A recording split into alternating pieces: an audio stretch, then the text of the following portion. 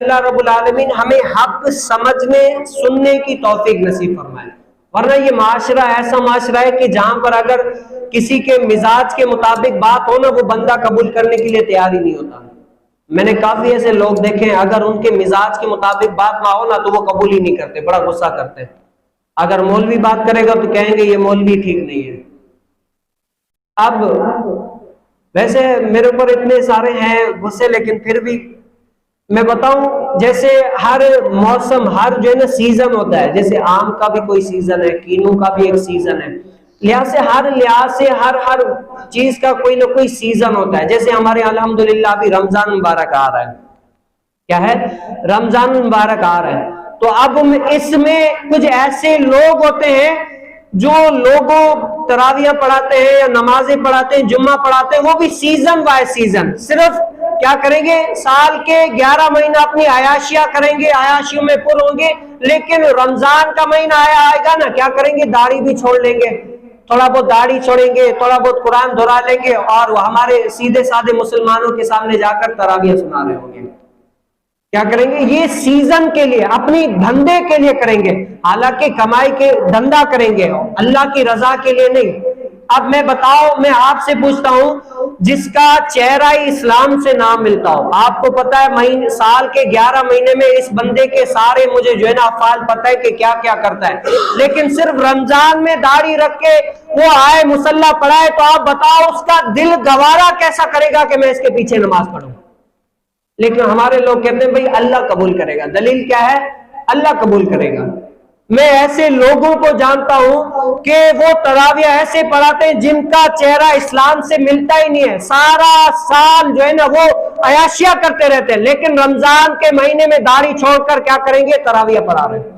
ہمارے ہاں بھی اتنے سارے ایسے لوگ آ گئے، اور یہ تو صرف سال میں بتا رہا ہوں، میں آپ کو اس سے بڑی بات بتاؤں، ہمارے لوگ ایسے ہیں کہ سمجھو ہماری تو وقت ہی ختم ہو گئی۔ ہم نے جو 8 9 10 سال مدرسوں میں رہ کر ان میں دین، قرآن، شریعت، یہ وہ سب کچھ سیکھا، اتنی مشقت کر کے سیکھا، لیکن آج کل ہمارے امام پتہ ہے کون بن رہے ہیں؟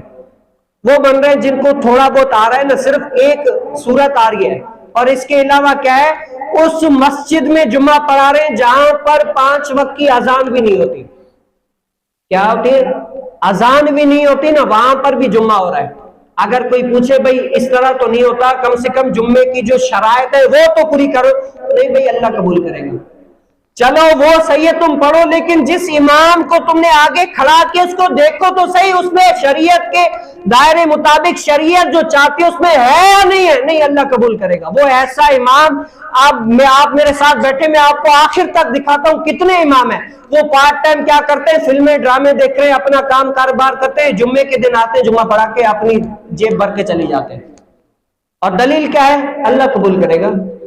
بھائی اللہ قبول کرے گا۔ آج میں آپ کو بتاتا ہوں کہ اگر اللہ رب العالمین فرماتا ہے جس کی نماز میں ذرہ برابر بھی ریاکاری ہو نا، جس کی نماز میں ذرہ برابر ریاکاری ہو، اللہ رب العالمین وہ نماز مروڑ کے اس کے منہ پر مار دیتا ہے، حالانکہ صحیح طریقے سے پڑھی ہو، کیا ہو، بالکل پرفیکٹ، کسی مفتی کے پیچھے پڑھی ہو، لیکن کیا ہے، نیت کیا ہے، اس کے دل میں ریاکاری کی ذرہ برابر نیت آ جائے تو اللہ رب العالمین اس کی نماز مروڑ کے منہ پر مار دیتا ہے۔ لیکن یہاں پر ایسے امام، الیاذ باللہ، ایسے امام کہ اپنی تو نماز کا پتہ ہی نہیں ہے، دوسروں کی نماز بھی خراب کر رہے ہیں۔ لیکن اگر کوئی کہو نا بھائی یہ مولانا جو ہے نا خراب کر رہا ہے، یہ مولانا بڑا خراب کر رہا ہے، یہ جو ہے نا ہمیں کمانے نہیں دے رہا، ہم کچھ آئے خود سیکھنے کے لیے، بھائی خود پہلے سیکھو تو صحیح، بعد میں دوسروں کو سکھاؤ، لیکن نہیں، بڑے ایسے لوگ آئیں گے آپ کو منائیں گے، نہیں بھائی نہیں۔ اور اگر اپنے لیے کوئی چیز خریدنی ہو نا، جیسے رمضان مبارک آ رہا ہے، ابھی عید کے لیے سارے جائیں گے، کیا کریں گے، کپڑا خریدنے کے لیے، بھائی جسم چھپانا ضروری ہے یا اچھا کپڑا لینا ضروری ہے؟ اپنے لیے کیا کریں گے، پرفیکٹ سے پرفیکٹ کپڑا، ایسا خوبصورت کپڑا لیں گے، ایسا خوبصورت کپڑا کہ ججے، بلکہ اور یہاں پر مصلی رسول پر کھڑا ہونے کے لیے ایسا امام لائیں گے جس کو غسل کرنا بھی نہیں آئے گا۔ دلیل کیا ہے؟ اللہ قبول کرے گا۔